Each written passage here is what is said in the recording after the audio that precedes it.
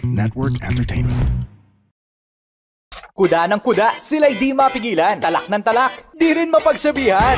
Kaya yan na, ginawa ng podcast, ang Tambalan. Hey! Tambalan na! Welcome to another episode of the Tambalan Podcast.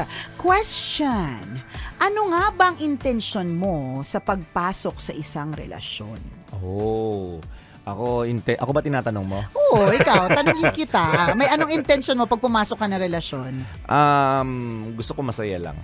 Chill lang. Chill lang, masaya. Ayaw mo na madrama. Gusto ko ng masaya. Oo, ganun. May mga ganun. May mga iba na. Mga nahahanap ko, mga stand-up comedy. Yan, ganyan. Yung mga kahinaan ni partner yun. Kaya suki ako ng comedy bar dati. Mga stand-up comedy, mga kahinaan ni partner. Yan ang yan ang tema. Ganon. Happiness. Ikaw, anong intention mo? Companion. Companion.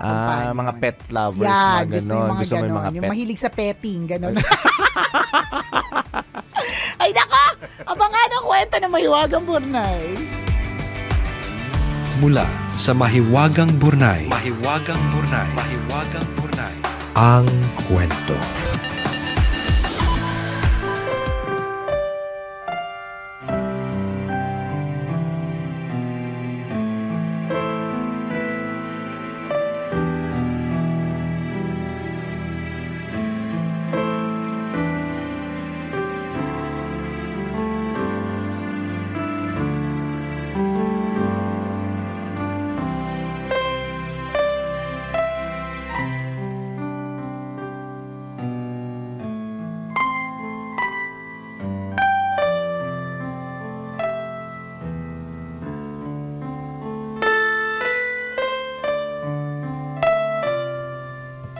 Teka lang po, nagbabalay pa po ako eh.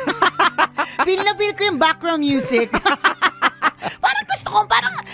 Feeling ballerina for today. Oo, Teka nakalimutan niya po na magbabasa po siya today. Akala eh. niya po sasayaw Correct, siya. akala ko eh. Ramdam ko kasi yung pagiging ballerina ko for today's video. Na-carried away ka ng mga piano, mga tugtog ng piano. Ito na. Tapos na ang pagbabalerina. Ayan. Dear Nicole and Chris, itago niyo na lang ako sa pangalang Chester. 36 years old at tambalerina since last year. Oh, perfect pala eh. Kaya pala na-feel ko mag-ballerina steps kasi yung nag-message, tambalerina. Ayan. Nakikinig ako sa podcast ninyo habang nagmamaneho o abala sa mga gawaing bahay. Sumulat ako dahil wala akong mapagsabihan ng pinagdaraanan ko at nais ko din sanang humingi ng payo.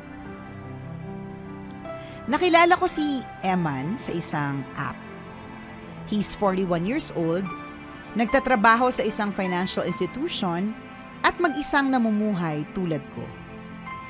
Online chatroom pa lang, click na kami. Marami kaming napag-usapan, napagkasunduan at napagtalunan.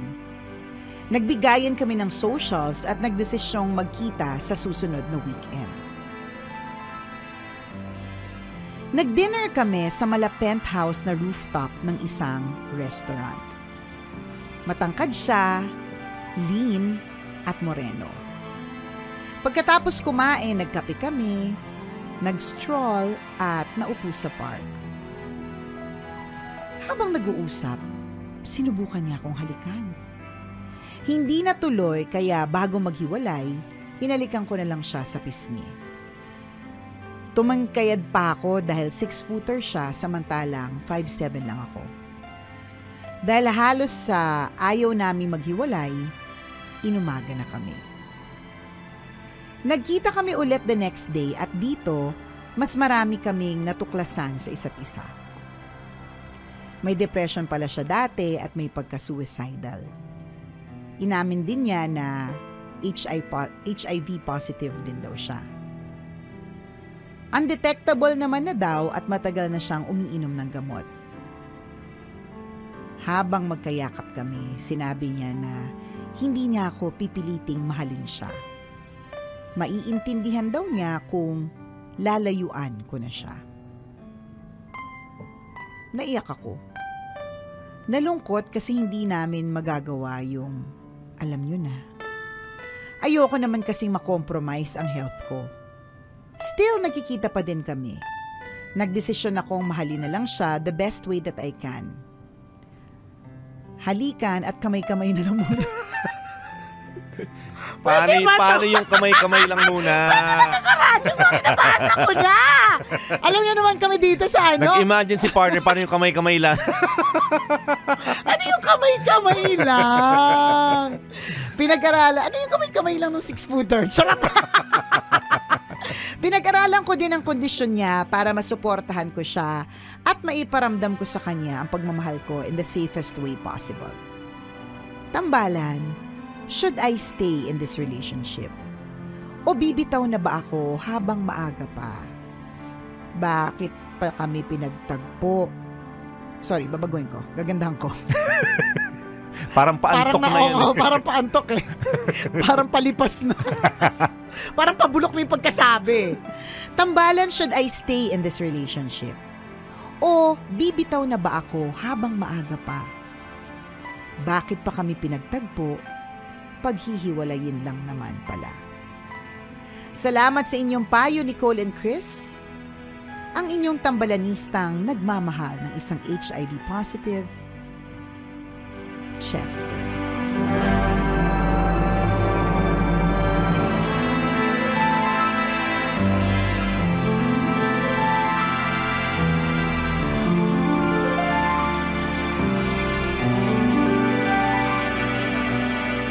Well, una sa lahat, Chester, very good ka dun sa part na nagre-research ka. Kasi iba talaga yung may alam, knowledge is power, mas ma-handle natin ang mga bagay-bagay pag naiintindihan natin, 'di ba? Kaya nga lahat tayo nataranta ng pandemic kasi parang hindi natin naiintindihan saan ba tayo papunta, ganun. So, yung itong part na to, yung pagiging HIV positive ng partner mo, yung fact that you are researching about it, kung paano mo siya mamahalin at paano kayo magiging maligaya in the safest way possible, very good ka dyan. Deserve mo na maraming kamay ng palakpakan. Deserve mong kamayan, di ba? Yan. Deserve mo na magkano namang kamayang ka na. Nakakaloka yung Hindi ka makaget over doon sa kamay-kamayan, no? Yung kamay-kamay na lang muna kami ngayon. Hindi ako mag-get Paano over. mo in-imagine? Basta, alam na natin lahat yan. Di ba, kunyari. Ba't kailangan imagination ko? Imagination nyo rin, di ba? Nakakaloka. Yan, if you're trying to pamper someone, di ba? Kamay-kamay Tapping lang. or patting on the back ka. Ganon, diba? yun. Nakaka-relax yun. Parang ganon-ganon lang. Gesture of ano yun, a love. Yes, of course, diba? Hagod-hagod, kamay-kamay, ganon. O yun, diba? So very good kung may kaalaman ka. Kami kasi wala kami masyadong kaalaman kung ano yung extent. Yung kapag ka-undetectable ba, pwede na. Hindi namin alam eh. So, dahil nga ikaw na nag-research, ikaw din yung makakasagot ng mga tanong-tanong. At ikaw din naman makakasagot ng mga tanong mo. Kasi, ano bang hanap mo sa isang relationship? Kasi, I know of people, partner, na hindi nila priority yung physical contact. May ganun eh. Na parang, okay lang sa kanila talaga. At minsan nga, ayaw pa nga nila eh. May ganong mga klase ng mga tao na awkwardan sila or hindi talaga sila ganon. Parang ano yun? Ano yun? Bakit na ganyan? Ba't yung itsura niyan? Diba? Na awkward. May mga ganong types of relationship na hindi talaga sila physically intimate.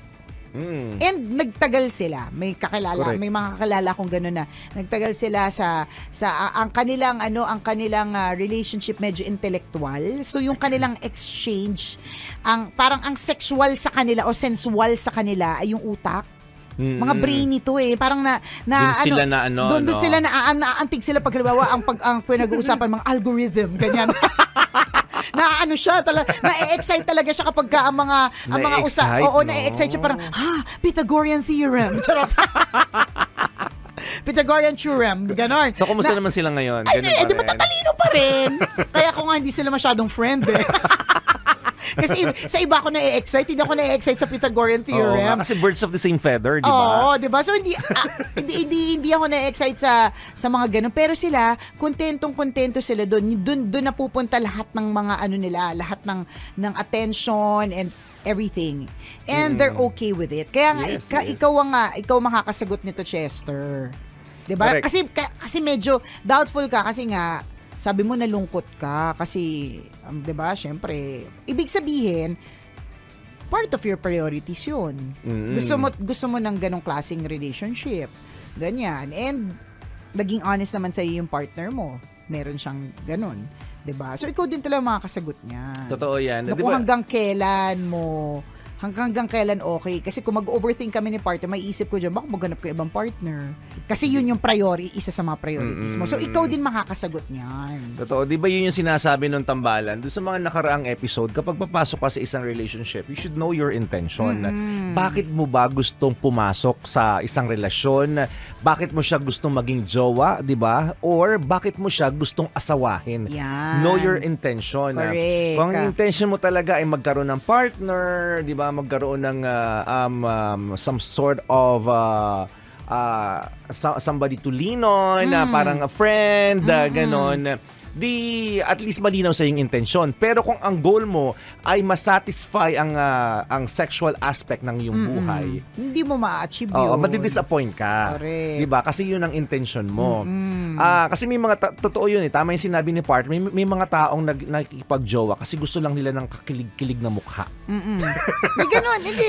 Hindi sila sexual. Oo, may ganun. Hindi sila sensual. Correct. At kaya they're there for the friendship, for the companionship, na may kasama ako sa buhay. Masarap lang kakwentuhan. Correct, diba? May masusumbungan ako. Yun lang. At magjowa sila. Correct. At not necessarily laging physical. Correct. Kaya, again, Chester, ikaw makakasagot niyan. Oo, kasi kung ang intention mo, para sa'yo, kailangan kong pumasok sa isang relationship kasi para gusto ko matikman siya.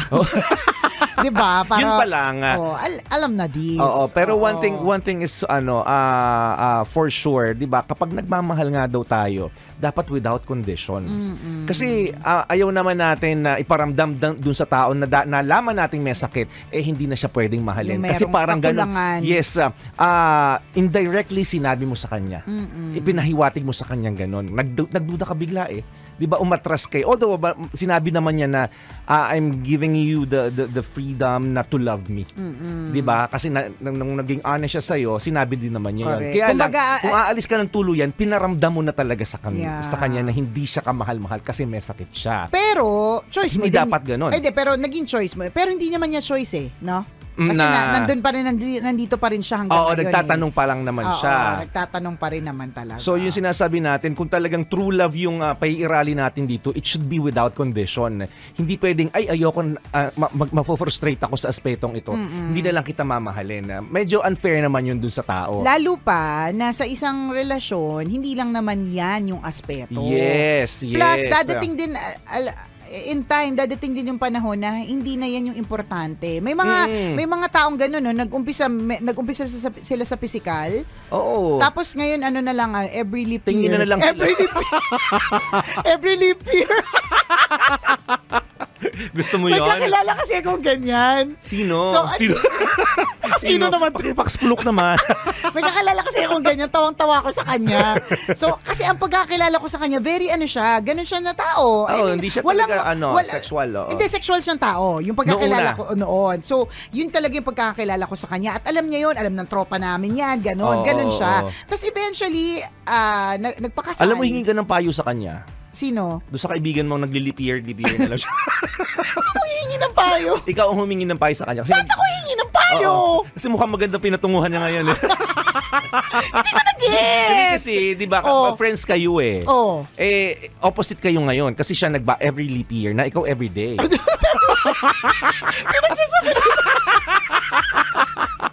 Well, knowing you for 20 years. Nagsasabi nito ni partner. Alam na alam. Andun ka. Alam ko yan. Yung pagpasok mo pa lang dito, alam ko na. Every time na papasok ka pa lang sa loob ng butay, alam ko na katatapos lang nito. Ano ba sinasabi no? Ay, sinasabi mo. Ha? Na every leap year, tsaka every day. Ano yon? Yung Nasutan mo yan. Bonding moment nila. Sige. Kasi masyado na silang, may ibang pinagkakainteresan. Okay. Sige. Sabi mo yan eh. So na-curious tuloy ako, bakit every leap year? Hindi, my point is, parang joke niya na lang yung parang sa sobrang wala na, sa sobrang seldom, Okay. every leap year na lang, which is every 4 years, diba? Parang of course, exaggeration naman yung sinasabi niya, pero maaaring may katotohanan din. Ibig sabihin, Nabawasan. dumating yung panahon na hindi na kasing importante. Kasi nga, ang point lang namin sa iyo, Chester, is hindi lang yung physical, yung aspect ng relationship. Yes. Madami kasi na Totoo pwedeng tingnan. Correct. So let's go back to the intention. Ito yung sinasabi natin. Kung ang intention mo lang is to satisfy your sexual the sexual aspect of your life. Yan. Wag relasyon ng pasukin mo. Ano? Kumuha ka ng bayaran. Kasi yun yung gusto mong enhance eh. Yan po yung diba? mga advice. Yan po advice si Chupe. Nakalauna na tanghali. Maghanap ng bayaran. Hindi ko kaya. Parang hindi kita masabayan sa part na yun. Teka lang. Wait, na-shook ako. For the first time, nag-introvert ako. Speechless ka. Na-shook ako. Kasi yun lang yung gusto mong, let me praise mo naman. Na-shook ako ng ever so slight. Kasi yun yung intention mo eh. Diba? Kasi kung love yung hahanapin mo, hindi, kagaya na sinabi mo, di ba, nandun yung relationship, wala yung sexual aspect, pero nandun, nagstay sila ng mahabang panahon because nandun yung love. Yes. Ngayon, kung babalikan mo ulit natin yung intention na, kung ang intention mo lang ay magkaroon ng satisfaction in terms of, yun nga yung sexual aspect ng yung buhay, wag relationship yung papasukin mo, madi-disappoint ka. Kasi po, hanap ka nung bayaran. Yun lang, di ba? Realistically speaking, yun talaga yun. Sa realidad, Yun talaga yun. In an imperfect world. Oo. Ganun talaga. Or maghahanap ka ng kapwa mong ganun lang din yung hanap. Kailangan bayaran. Hindi. At yung sa akin, practical. Hindi nga practical yung sa'yo may bayad eh. Di ba? Pag practical, walang bayad. Practical sa nagpapabayad, syempre. Bakit? Oo. Syempre, may income to eh. Doon sa nagpapabayad, pero para sa akin na magbabayad pa, para makakahanap naman ako na hindi na magpapabayad. Hindi rin kita kaya sa bayad. Nashook ka din. Alam mo, may libre din naman kasi. Alam mo, pang podcast to, yung mga ganitong usapan, bakit ba nasa radyo to? Charot. Nakakaloka! Tutuloy pa ba to? Ay, wag na. Hindi, pero I get your point. Nashook lang ko doon saan, maghanap ka ng bayaran. Nakakaloka! Hindi kinaya ng mga diamante ng ng headband ko. Halimbawa, kunyari, jujawain ko si Nicole. Kasi gusto ko gusto ko na-enjoy na nasa-satisfy ako sa kanya. Lagi ako na-arouse pag nandiyan siya. 'Di ba? Pero hindi ko kayang Bakit pa kayo? na-arouse ako pag nandiyan siya. Nakakadiri na parang awkward. Hindi kaya ng, bakit ba ang liit ng mayat na laro sa earrings ko ngayon? Dito malaki, para na para nababarahan ng konti. Nasushook ako ng slight. Diba? Pero hindi mo kayang panindigan yung ibang aspeto ng ng relationship. 'Di ba? At yun lang talaga yung goal mo. Wag mong jojowain Ayusin mo yan paano? 'Di ba? Wag mong jojowain si Nicole. 'Di ba kasi si Nicole conservative eh. 'Di ba? Hindi niya kayang i-provide yung gusto mo. Na mayat-maya. Na mayat-maya, 'di ba? Na araw-arawin. Si Nicole gusto niya leap year lang. Yan, 'Di ba? So hindi kumbaga or every centennial. Every 100 years. Patay na isa. Patay na isa, wala pang ganap. Malapit-lapit na yung isa. Wala pa rin. Pang ganap. So madi-disappoint ka lang. Diba? Kasi mali yung intention mo, pero kung mamahalin mo si Nicole regardless of, 'di ba? With or without, 'di ba? Loving without condition. Yun yung sinasabi natin na yun yung true love. Kasi kung sexual aspect lang, hindi pwedeng ganun kasi hindi pwedeng sexual aspect lang yung magdidikta ng relationship ninyo. Correct. Pero depende nga. Sa intention. Oo, kung pareho kayong ganun at nagkasundo kayo na ganun, kahit walang pera, mahilig naman kayo mag-kemerot. Mag-kemerot, diba? Mayat-maya. Di go. Oo. Ganun. ganon. Kasi di ba, sabi ko nga, may mga taong they're very happy kahit wala yung sexual portion. Pero meron din naman na yun lang talaga yung hanap. Oh, yung araw-araw, no? Oo, yun talaga.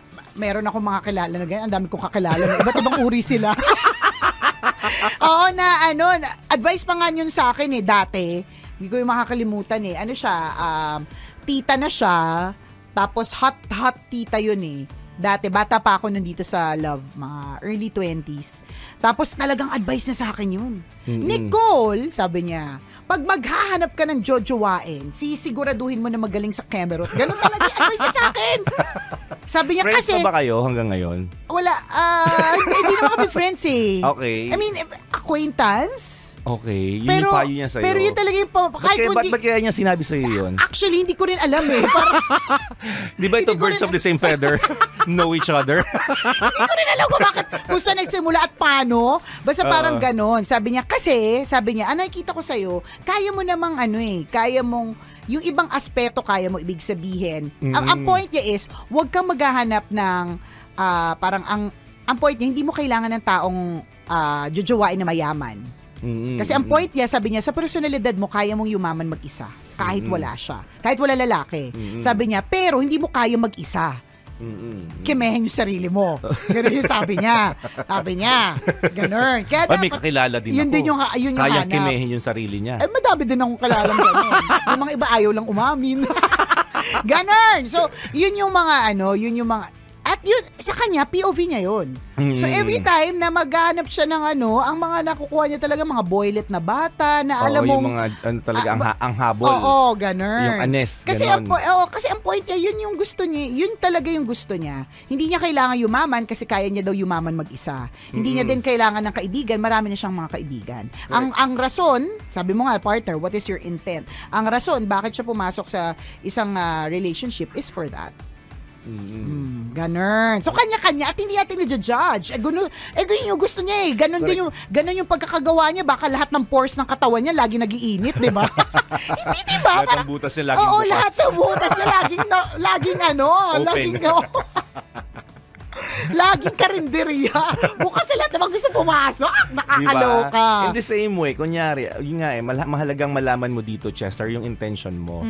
O kung sino man napapasok sa relationship. Diba? In the same way that you want to go into a relationship kasi gusto mo magkaroon ng komportableng buhay. Diba? O bakit ka maghahanap ng alam mong isang kahig, isang tuka. Diba? Ang intention mo yumaman. Siyempre maghahanap ka ng mayaman.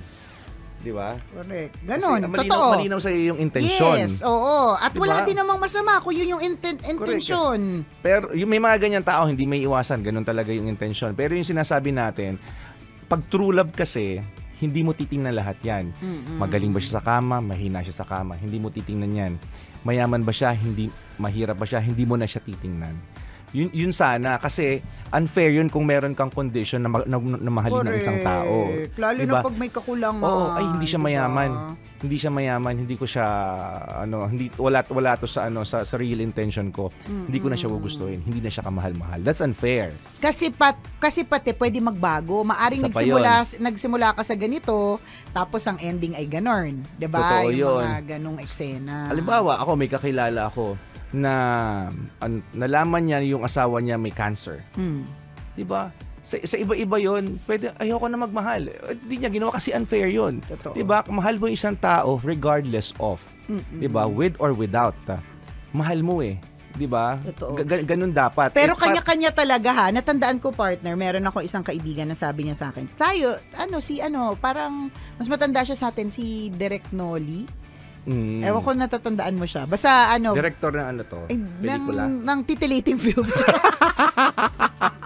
Total kamay-kamay at basa-basa pinag-uusapan natin. Ang advice niya sa akin noon, Ako ba tayo binibigyan ako ng advice? Ang advice niya sa akin noon, bago ka magpakasal, alamin mo yung medical history. Tapos ako naman, parang in my mind, ang unfair nun, kasi nagsiset ka na kagad ng boundaries or conditions. Na para, pero very clear siya doon alamin mo yung medical history. Kasi, tingnan mo, pag nagpapacheck up tayo, laging tinatanong yun, di ba? May high blood ka, ay yung mga magulang mo yun, sa pamilya, sino ang may high blood, o kaya sino ang diabetic, ganun. So, kasi nga, later on, I found out na oo nga, pwede siyang mamana, pwede siyang 'di ba? At mapasa yung ganon. So kung ayaw mo magkaroon ng mga ganyang klaseng komplikasyon medically, ang hanapin mo ay yung kumbaga titingnan mo yung medical history. Yung pamilyang walang masyadong sakit. Oo, wala masyadong sakit. Pero ako, partner, parang inisip ko kagad, parang kawawa naman kasi hindi naman niya kasalanan yung mga magulang niya ay diabetic, 'di ba? Hindi niya kasalanan yung namanan niyang genes o DNA, 'di ba? Yung mga ganun. Pero may mga iba, kaya ako mamahalin ko kahit na alam kong pamilya ng diabetic o kaya merong anxiety problems or whatever, ganun. Kasi parang feeling ko hindi lang naman yung aspeto kaya ko, 'di ba? Pero may mga iba na hindi. Kasi baka mamaya magkaroon ako meron ako kilala na gano'n. Hindi, sisiguraduhin ko wala silang suicidal tendencies or wala silang mental health issues yung pamilya ng pinanggalingan kasi ayoko mapasa sa magiging anak ko. Yun naman siya. Kaya talagang very particular siya doon. Parang meron siyang mga guidelines para malaman kung may mental health issues, may gano'n. Sa kanya yun. So kanya-kanya talaga walang judgment. Basta you know your intention kasi it would be unfair to your partner or partner to be. Di ba na pagkapag nalaman mo na hindi maibibigay sa iyo yung hinahanap mo, ay iiwanan mo din siya. That's unfair. Wala, hindi nang ibabaw dun yung love. 'Di ba? Para hindi na siya tawag dito, pwede na in a way sabihin natin mabiktima. Kasi hindi siya nag-match sa intention mo. Yes. Kasi uulitin natin, pag nagmahal ka, dapat walang kondisyon. Pag nalaman mong high blood din pala yung tao, pag nalaman mong ganito pala yung may autism, for example, yung lahi nila, correct. hindi mo nauurungan yun eh.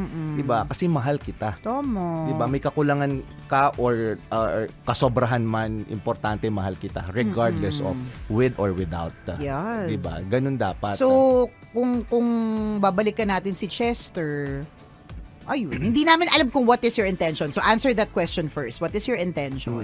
And then secondly, it's just a reminder na nobody is perfect. May mga tao talagang may mga kondisyon. Nagkataon lang yung sa partner mo, yan yung kanyang kondisyon. Pero kapag ka nakakilala ka rin ng ibang partner, meron din yung mga set of conditions eh. Diba? Ngayon, a-address ka ba every time merong condition? Oo, na kumbaga hindi mag-a-align sa goal gusto mo. And gets naman namin kung ganun ka. Kung wala kang intention, yun yung sinasabi. Kung wala kang intention, that's fine. Importante, mahal mo. Diba? Yun na yun. Ang kagandahan lang, kapag may intention, at least hindi mo mabibiktima yung tao. Diba? May iwasan dito yung may taong masasaktan. Correct. Kasi alam mo na kagad, hindi ito mahilig. Ayoko Oo, na. ayoko diba? na. Diba? O kaya, ang hilig nito, mapapagod ako. Nanipis yung puwet ko dyan. Puwet. Bakit yung puwet? Dati kasi ng mga bata pa kami, basehan namin yun. Hindi ko rin kayang sabayan yun. Hindi, ng mga bata pa kami, yan basehan namin. Pagka naka-skirt kami lahat, 'di ba? Kasi uniform, ganyan. So kapag naka-jeans na yung mga tao, parang yun yung basehan na parang ang nipis na ng puwet, alam mo din. May gano'n. Hindi ba naman sabi nila matatambok yung puwet? Ang daw. Kasi gamit na gamit. Tingnan mo pag nag-squat. Gano'n. Lalaki. Oo, diba? lumalaki na mamaga. Kung squatting ang position. Ano ba? May iba pa ba?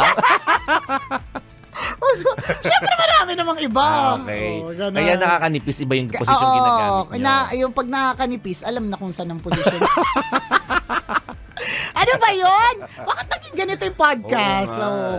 Tigil na natin to. Importante, basta yun, pag alam mo yung meaning ng true love, laging walang kondisyon yun. Totoo. Diba? Baka naman carry na yung mga to Chester, baka carry naman na, feeling ko walang malaking chunk yung condition ng partner mo. Pero baka naman kaya na ng mga kung ano man yung ginagawa nyo ngayon. Pero hopefully, dapat din sa sarili mo, alam mo na, kapag ka tinanggap ko to, na talagang wala na kaming keme for the rest of our lives, hindi ko man loloko. Diba? Kasi ang problema dito, baka mamaya oo ka lang na oo, tas lolo ko ka pala. Correct ka. Kaya takot ka din. Yes. Diba? Ganun. So yun. So sana love sana mas mag-prevail yung love Yes. para mawala na yung intention. Sinasabi lang natin na importante yung intention para walang taong masasaktan. Correct. Hahanap ka kasi ng isang partner mo na pareho kayo ng intention. That's yun naman yung yun yung kagandahan pag may intention. Pareho kayo mahilig sa sex, yun yung yun yung hanapin mo at hindi yung taong naghahanap ng true love. True love. Parang naghahanap yung partner pa parang true love yung hanap Companion, true love, diba? Somebody to lean on. Yes. Ikaw, diba? Yarn! Ganon. Naway may natutunan sa podcast, naway nakatulong Chester, ha? Sa True Lalot Walang Halong Eklavu. Maraming salamat sa mga kabisyo natin na patuloy na sumusuporta sa atin at patuloy na aabang sa ating mga bonggacious na mga podcast episodes. At kung gusto mo ma-feature yung kwento mo, malay mo mapili, di ba? Kung di mapili dito sa podcast, baka naman na-play na din yan sa radio. Diba? Pwede. Kaya abangan niyo po rin kami ni partner sa lahat ng aming mga social sa Love Radio Manila. Okay, pwede niyo kaming i-email, send your stories at mahiwagangburnaystory@gmail.com. Malay mo, kwento mo na ang ating pag-uusapan sa mga susunod na araw. Kaya send mo na yan, kabisyo. Muli ako po si Nicole Yala. At ako naman si Cambio King Chris Chuper. Na nagpapaalala, una magdasal ka para mabuhay ka, pangalawa mag-toothbrush ka para mabuhay naman iba. Yun! The opinions of podcast creators, hosts, and guests are not necessarily reflective of the official stance of the Pod Network Entertainment, its hosts, or other network programs. The content created by the people behind the podcast is personal and not meant to harm any religion, ethnicity, group, organization, company, or individual.